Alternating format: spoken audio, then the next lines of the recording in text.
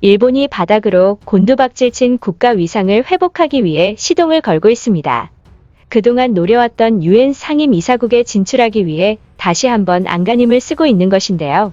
그러나 이를 위해 일본 모테기 외무상이 뉴욕을 방문할 예정인 가운데 날라온 뜻밖의 소식은 일본이 되려 망신살만 뻗치게 됐다는 평가가 나오고 있습니다. 어떤 일인지 자세히 알아보도록 하겠습니다. 먼저 상임이사국이란 국제사회의 안전 유지에 행동을 할 책임을 가지며 안보리 의결 거부권을 가지고 있는 국가들을 말합니다. 미국, 영국, 프랑스, 러시아, 중국 등 5개국이 이에 해당되며 나머지는 선출을 통해 임명되는 임기 2년의 10개 비상임이사국이죠. 현재 일본은 상임이사국을 늘려야 한다고 주장하고 있고 상임이사국에 진출하기 위해 노력하고 있는데요.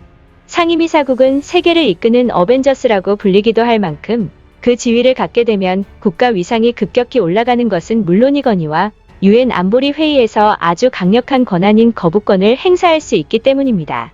거부권이란 상임이사국 5개국만이 가지고 있는 안보리 결의를 거부할 수 있는 권리이며 유엔에서 상정되는 모든 안건은 이 5개국 중 한 나라만 반대해도 안보리에서 결의할 수 없습니다.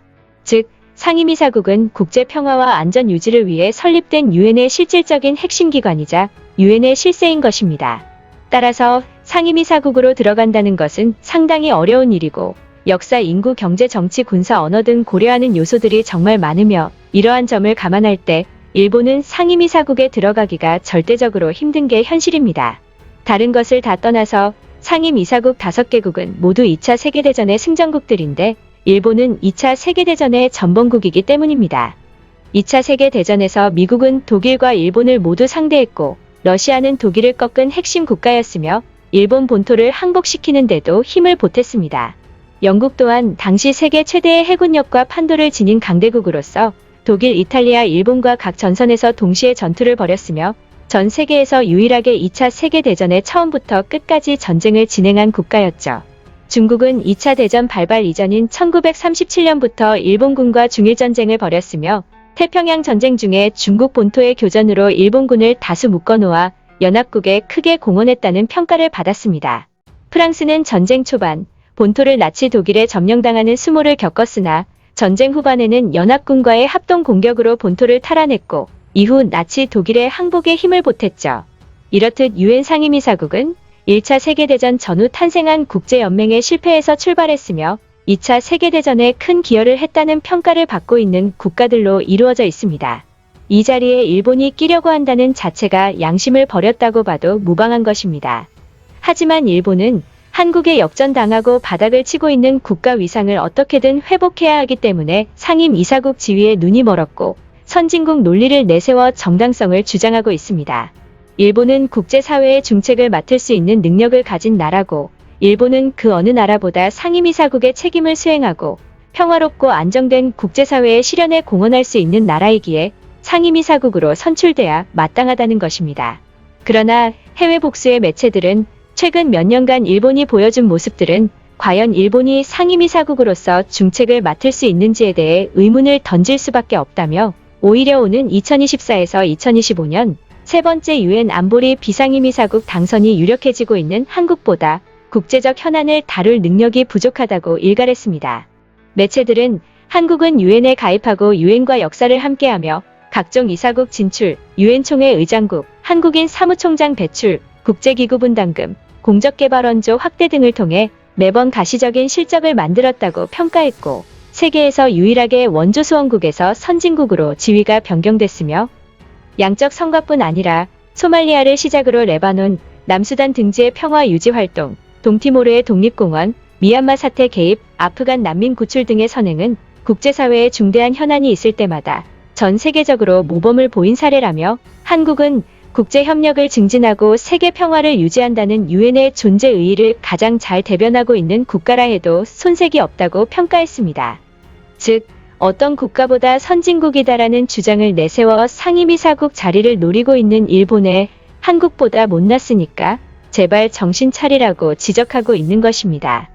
아직도 일본의 국가 위상은 갈수록 떨어지고 있지만 한국은 끝을 모르고 올라가고 있습니다. 최근에도 2017년 취임 이후 5년 연속 유엔 총회에 참석한 문재인 대통령은 임기 마지막 유엔 방문에서 전 유엔 회원국 정상을 대표하게 됐습니다. 각국 정상 중 유일하게 초청된 문 대통령은 지속 가능 발전 목표 모멘트 개최 세션에서 빈곤, 기후변화 등 국제사회가 직면한 심각한 문제 속에서 국제사회의 연대와 협력을 강조하며 한국의 높아진 국격과 위상에 걸맞은 역할을 다짐했고, 유엔 세계지식재산기구에서 발표한 2021년 글로벌 혁신지수에서 한국이 세계 5위를 차지했다며 혁신 강국 대한민국의 위상을 확고히 하게 됐다고 밝혔습니다.